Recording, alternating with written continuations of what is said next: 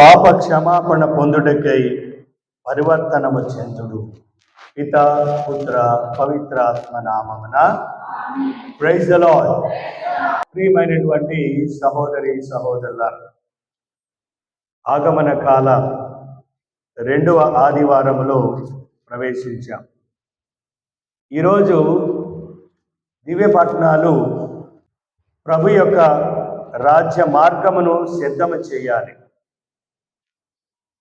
ప్రభు యొక్క రాజ్య మార్గాన్ని సిద్ధము చేయాలి. ఏ విధంగా సిద్ధం చేయాలి? ఏ విధంగా అంటే మనలో ఉన్నటువంటి పర్వతాలను, కొండలను సమము చేయాలి, లోయలను పోడ్చాలి, వక్ర మార్గాన్ని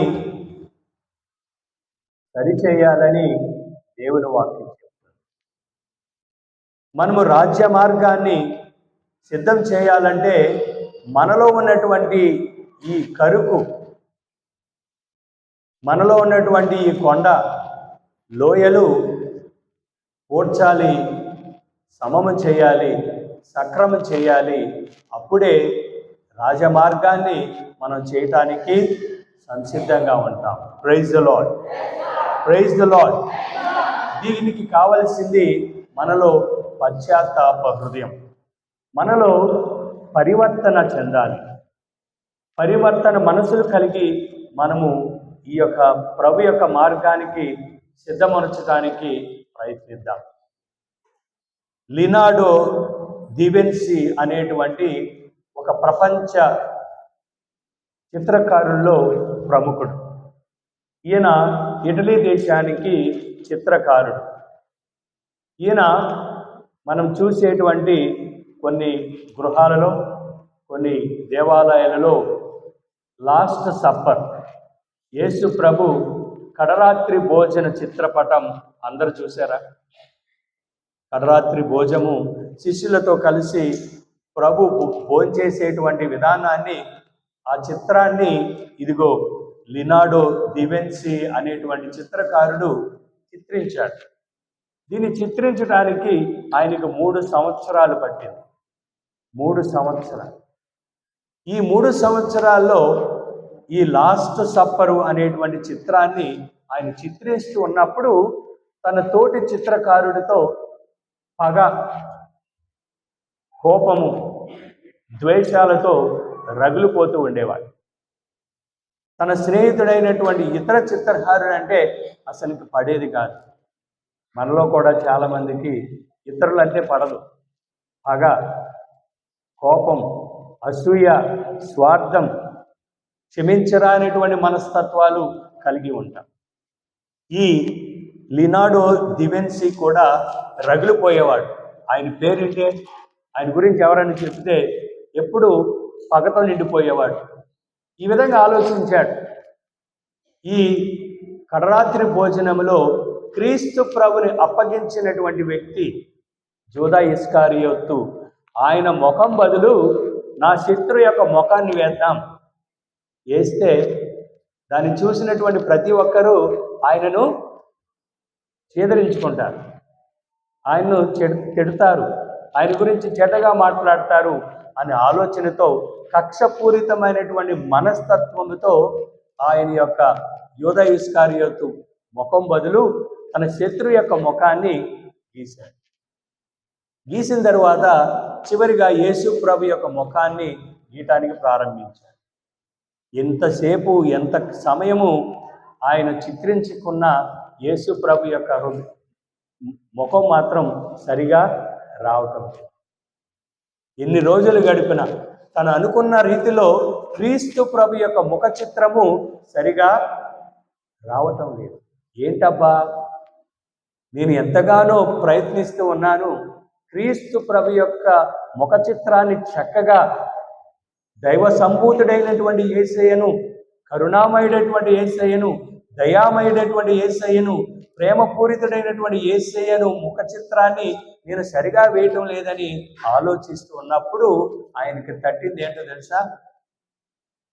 యూదా ఇస్కారియోతు ముఖ చిత్రం బదులు తన యొక్క సోదరుడు, తన శత్రువు అయినటువంటి ముఖ చిత్రం వేయటం వల్ల యేసు ప్రభు యొక్క ముఖ చిత్రం సరిగా రావట్లేదని శత్రువుని యొక్క ముఖ చిత్రాన్ని తీసేసి మళ్ళీ యోధా ఇస్కరియోతు ముఖ చిత్రాన్ని గీసి, ఎప్పుడైతే యోధా ఇస్కరియోతు ముఖ చిత్రం గీశాడో క్రీస్తు ప్రభు యొక్క ముఖ చిత్రము, దయామయుడైనటువంటి ముఖ చిత్రము చక్కగా ఆయన రూపొందించడం జరిగింది. Praise the Lord, praise the Lord. ప్రియమైనటువంటి సహోదరి సహోదరులారా, ఈ యొక్క సంఘటన ద్వారా మనం ఏం నేర్చుకోవాలి? మన జీవితంలో కూడా, మన హృదయాల్లో కూడా ఈ పగ,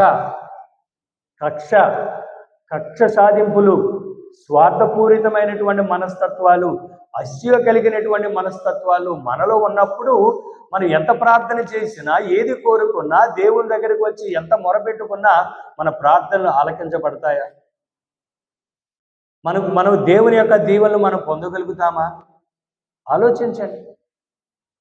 క్రీస్తు ప్రభు యొక్క రాకడ కోసం, క్రీస్తు ప్రభు యొక్క జన్మదినాన్ని కొనియాడటానికి తయారవుతున్నటువంటి మనము ఏ విధంగా క్రీస్తు ప్రభుని మన యొక్క హృదయాలలోనికి, మనకు జీవితంలోనికి, మన కుటుంబంలోనికి, మన యొక్క సంఘంలోనికి ఆయనను ఏ విధంగా ఆహ్వానించుకోగలుగుతామో ఒకసారి ఆలోచించండి.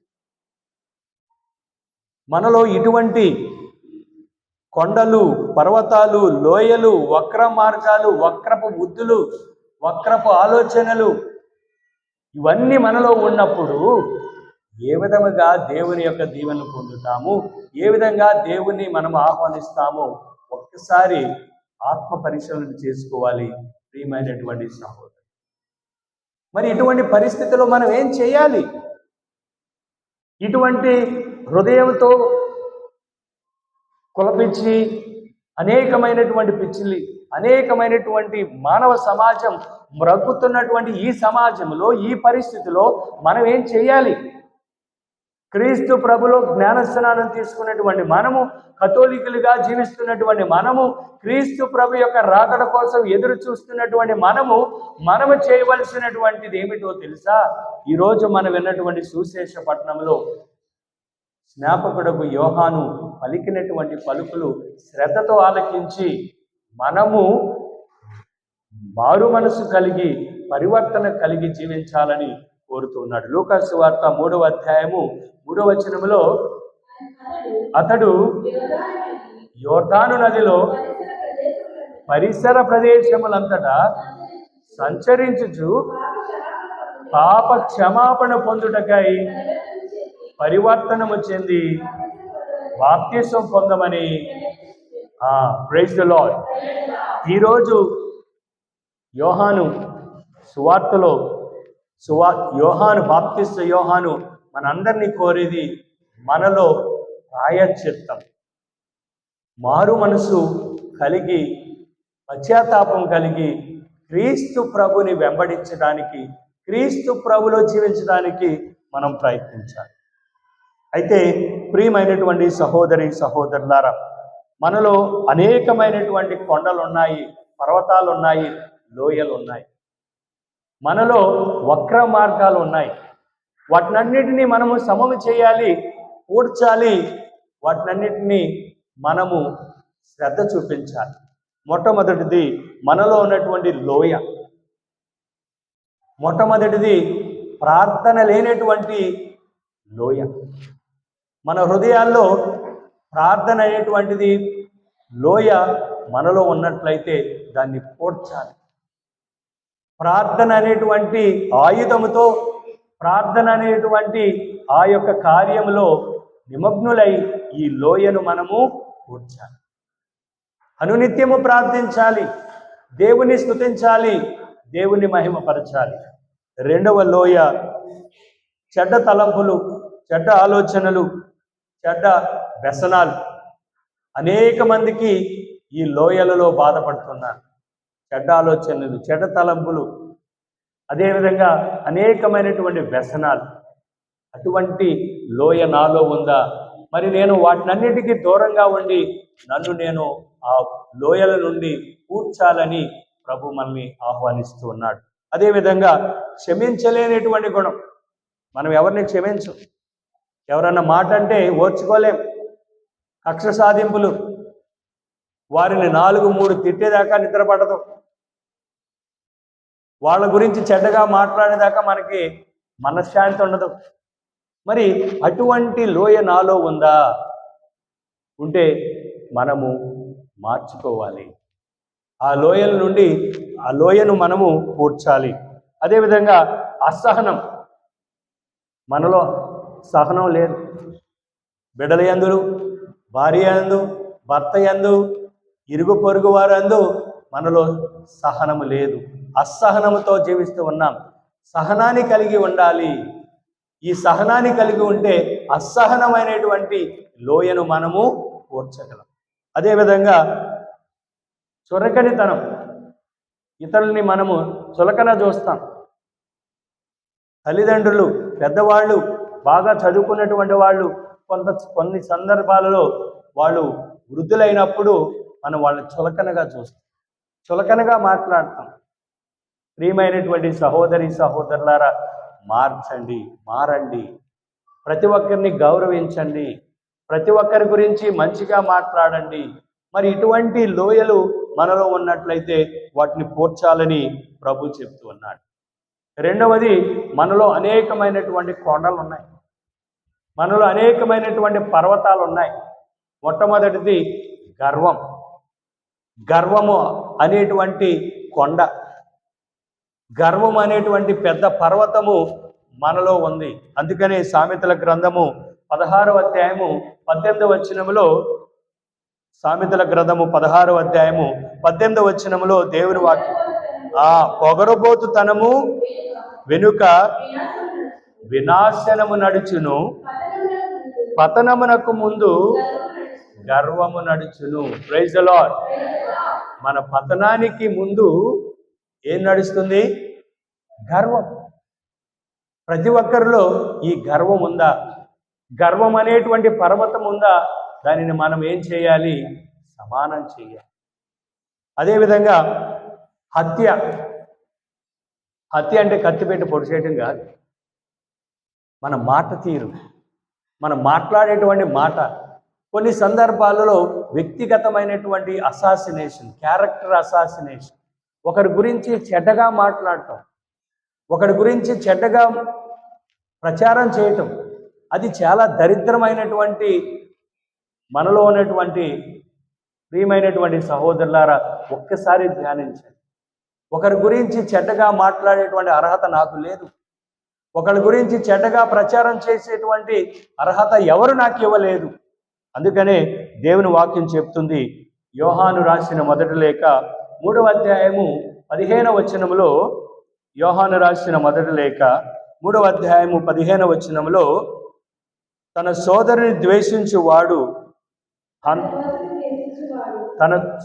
ద్వేషించువాడు హత్యయే, హంతకుడు నిత్య జీవము కలిగి ఉండడని మీరు ఎరగండి అని దేవుని వాక్యం. ఎవరైతే ఇతరుల గురించి చెడ్డగా మాట్లాడతారో, చెడ్డగా ప్రచారం చేస్తారో, క్యారెక్టర్ అసాసినేషన్ చేస్తారో, అటువంటి వారికి దేవుని వాక్యం చెప్తుంది ఏమని? నిత్య జీవము పొందరని.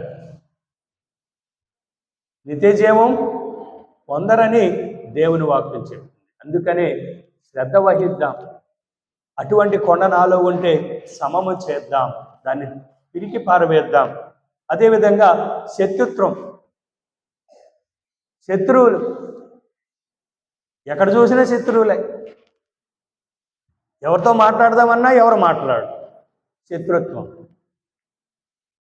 ఎంతగా ప్రార్థన చేస్తాం, దేవాలయానికి వస్తాం, ఆదివారం పూజలో పాల్గొంటాం, అన్ని మంచి కార్యాలు చేస్తాం, కానీ మన ఇరుగు పొరుగు వారితో సఖ్యతగా ఉండడం, శత్రుత్వం, పోట్లాడటం, గొడవలాడటం, ప్రతిదానికి గొడవే. అందుకనే సామెతల గ్రంథము 14వ అధ్యాయము 30వ వచనములో దేవుని వాక్యం ఈ విధంగా చెప్తూ ఉంది, శాంతి గుణము వలన ఆయురారోగ్యములు పొందుదురు, అసూయ ఎముకలలో పుట్టినటువంటి కుళ్ళు వంటిది. చూడండి, అసూయ, శత్రుత్వం ఎముకల్లో పుట్టినటువంటి కుళ్ళు లాంటిది. మనలో ఉందా అది?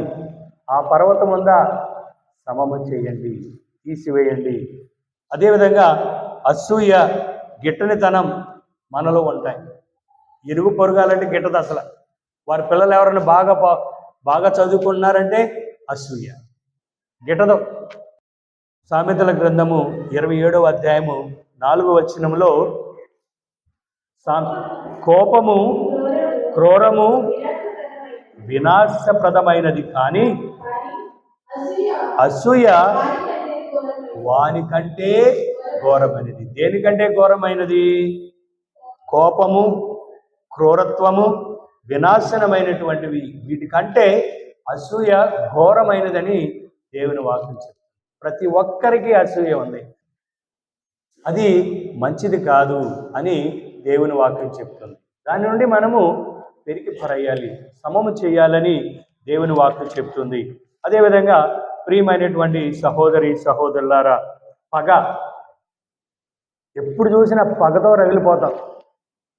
కొంతమంది చెప్తారు, నా గిట్టిన వాళ్ళు ఎవరైనా ఉంటే నా ఒళ్ళంతా, నా రక్తం అంతా మరిగిపోద్దండి, మరిగిపోద్ది. ఎవరికి నష్టం మరిగిపోతే? అమ్మ, ఎవరికి నష్టం అమ్మా? మరిగే వాళ్ళకే నష్టం. బీపీలు, షుగర్లు ఎందుకు వస్తున్నాయి? రక్తంలో మరిగిపోతాం వల్ల. ఆలోచించండి, ఎందుకు రగలాలి? ఎందుకు పగ? పునీత పౌలుడు రోమీయులకు రాసిన లేఖ 12వ అధ్యాయము 19వ వచనములో పునీత పౌలుడు ఈ విధంగా చెప్తూ ఉన్నాడు, ప్రియులారా, ఎన్నటికి మీరు పగ తీర్చుకొనక దేవుని ఆగ్రహమునకై దానిని వదిలివేయండి. దేవుని యొక్క ఆగ్రహము దేని వల్ల వస్తుంది? మనం పగతో రగిలిపోయినప్పుడు. దేవుని కోపం ఎప్పుడు వస్తుందంటే మన యొక్క రక్తము మరిగినప్పుడు. మరి దేవుని కోపం ఎవరి మీద ఉంటుంది? మన మీద. మనం ఎప్పుడైతే పగలతో రగిలిపోతామో, క్షమించరానేటువంటి గుణం మనలో లేకపోతే తప్పనిసరిగా మనం దేవుని యొక్క రాకడకు సిద్ధముగా లేము. ఎందుకంటే మనలో పర్వతాలు ఉన్నాయి.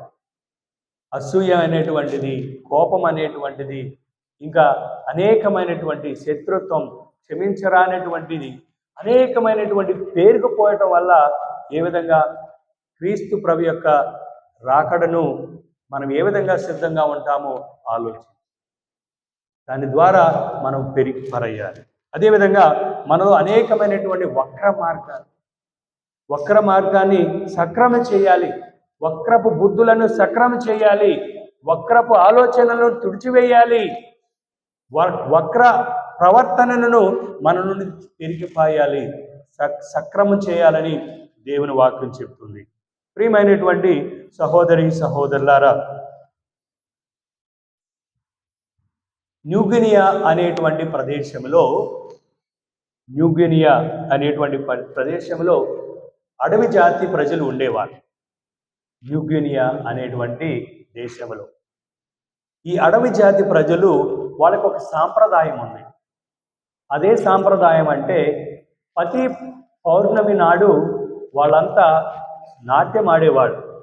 బాగా తాగి భుజించి వాళ్ళు పూజించేటువంటి దేవతను మధ్యలో పెట్టి వాళ్ళు నాట్యం ఆడేవారు. ఆ నాట్యం ఆడటం ఏమిటంటే పాటల రూపంలో. ఏ పాటలు పాడేవాళ్ళంటే ఆ రోజు ఆ దేవతకు బలి ఇచ్చేటువంటి పేర్లు ఒక పాటల రూపంలో పాడుతూ వాళ్ళు నాట్యం ఆడేవారు. ఎవరైతే ఆ రోజు బలి అవుతూ ఉన్నారో వాళ్ళ పేర్లను బట్టి వాళ్ళు నాట్యం ఆడేవాడు. వాళ్ళ పేర్లు తీసుకుని పాటల రూపంలో పాడుతూ నాట్యం ఆడేవారు. ఆ రోజు పేర్లు చదివినటువంటి వారు బలిచ్చేవారు. ఇలా జీవిస్తూ ఉండగా కొంతకాలం తర్వాత మన మిషనరీ ఫాదర్లు వెళ్ళి వాళ్ళని జ్ఞానస్నానం ఇచ్చి వాళ్ళని క్రైస్తవ మార్గంలో నడవటానికి వాళ్ళని ప్రయత్నించారు. వాళ్ళు క్రీస్తు ప్రభుని విశ్వసించారు.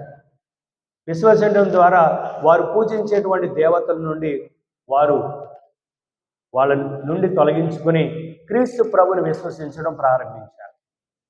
మరి కొంతమంది పెద్దలు పౌర్ణమి వస్తుంది, మళ్ళీ మనము మన సాంప్రదాయం ప్రకారము మనం పాటలు పాడుకోవాలి, మన సిద్ధాంతాన్ని మనం పాటించాలి అని ఈ మిషనరీ ఫాదర్ దగ్గరికి వచ్చారు. చూడండి, మా ఆచారం, మేము పాటలు పాడుకుంటాం.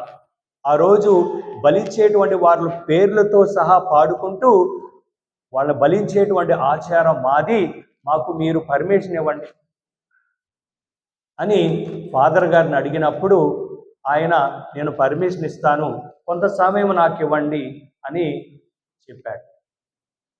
ప్రార్థనలో ఆ మిషనరీ ఫాదరు ప్రార్థన చేస్తూ ఉన్నాడు. ఏం సమాధానం చెప్పాలి? ఇప్పుడు బలి ఇవ్వటం అంటే దేవునికి విరుద్ధమైనటువంటిది. మరి ఏ విధంగా వాళ్ళకి సమాధానం చెప్పాలి అని ఆలోచిస్తూ పౌర్ణమి దగ్గరికి వస్తుంది. సూర్యాస్తం అయ్యే వరకు ఆయన సమాధానం చెప్పాలి. ప్రార్థన చేస్తూ వాళ్ళ యొక్క పెద్దలను పిలిచి ఆయన ఈ విధంగా చెప్పాడు. ఏమని చెప్పాడంటే, మీరు పాటలు పాడండి, మీరు ఈ యొక్క నాట్యం ఆడండి, కానీ మీరు చంపవలసింది ఏమిటో తెలుసా? మీరు చెప్పవలసినటువంటి పేరేమిటో తెలుసా? అది మీ సహోదరుల యొక్క పేర్లు కాదు, మీలో ఉన్నటువంటి పాపాన్ని చంపండి, మీలో ఉన్నటువంటి పాపపు పేరుని చంపండి, మీలో ఉన్నటువంటి అసూయను చంపండి, మీలో ఉన్నటువంటి కోరత్వాన్ని చంపండి, మీలో ఉన్నటువంటి పాపపు ఆలోచనను చంపండి, మీలో ఉన్నటువంటి స్వార్థాన్ని, పగను, ఇంకా ఇతరమైనటువంటి సైతాను యొక్క ప్రలోభాలను మీరు చంపండి అని వారికి చెప్పడం ద్వారా వారు సంతోషించారు. చాలా బాగుంది అని వెళ్ళి సంబరపడి వాళ్ళు సంబరాలు చేసుకున్నారు. Praise the Lord, praise the Lord. ప్రియమైనటువంటి సహోదరులారా, క్రీస్తు ప్రభు యొక్క రాకడ కోసం తయారవుతున్నటువంటి మనము కూడా ఆయన యొక్క సంబరాలు చేసుకోవాలంటే ప్రతిసారి ప్రార్థిస్తున్నాం, పాటలు పాడుతున్నాం, సంబరాలు, యేసయ్య పుట్టుక దగ్గర పడుతుంది, సంబరాలు అని అందరూ సంబరాలు చేస్తున్నారు. కానీ నిజమైనటువంటి సంబరాలు చేసే ముందు మనం ఏం చెయ్యాలి? ఏ విధంగా మనము తయారు చేసుకుని ఈ సంబరాలలో మనము నిమగ్నం అవ్వాలో ఒక్కసారి శ్రద్ధతో ఆలకించాలి. ప్రియమైనటువంటి సహోదరులారా, మనలో పరివర్తన చెందాలి, మనలో మారు మనసు కావాలి. మనం చేసే విధానాన్ని, మనం ఆలోచించే ఆలోచనను అది చెడ్డగా దేవునికి వ్యతిరేకంగా ఉన్నట్లయితే దాని నుండి మనము విముక్తి పొందాలి. అప్పుడే నిజమైనటువంటి క్రిస్మస్ పండుగను కొనియాడతాము. ప్రియమైనటువంటి సహోదరు, ఈరోజు దేవుని యొక్క వాక్యం మనందరినీ కోరేది, మనలో ఉన్నటువంటి లోయలు ఏమిటి, మనలో ఉన్నటువంటి పర్వతాలు ఏమిటి, మనలో ఉన్నటువంటి వక్ర మార్గాలు ఏమిటో శ్రద్ధ చూపించి వాటి నుండి మనము పరివర్తన చెందటానికి, మారు మనసు పొందటానికి ప్రయత్నించాలి. మన దేవుని యొక్క వాక్యాన్ని మనం చూసినట్లయితే ఎంతోమంది మనకు తెలిసిన విధంగా లూకా సువార్త 18వ అధ్యాయం 13వ వచనములో పరిసయ్యుడు సుంకరి ప్రార్థిస్తూ ఉండగా సుంకరి ప్రార్థించాడు. ఏమని ప్రార్థించాడు? కానీ సుంకరి దూరముగా నిల్చుండి కనులెత్తి కనులైనా పైకి ఎత్తలేకుండా రొమ్ము కొనుచు దేవా, నేను పాపిని, నన్ను కనికరించమని ప్రార్థించు. ఆ విధంగా ప్రార్థన చేయాలి.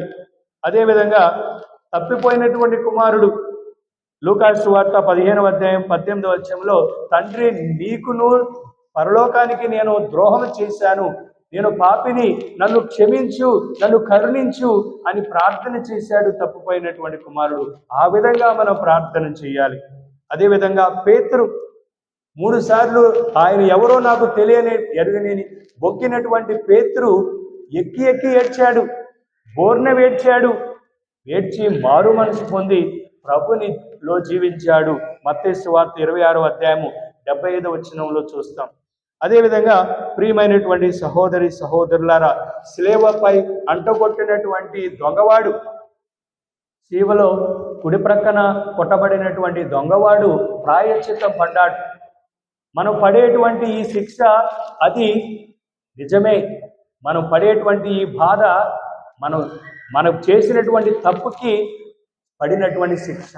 కానీ ఈయన అన్యం పుణ్యం ఎరుగనటువంటి దేవుని యొక్క కుమారుడు, ఆయనకు ఇది తగదు అని ప్రార్థిస్తూ, ప్రభువా నువ్వు వచ్చేటువంటి నీ రాజ్యంలో నన్ను జ్ఞాపకం చేసుకోమని ప్రాయశ్చిత్తంతో ప్రార్థన చేశాడు.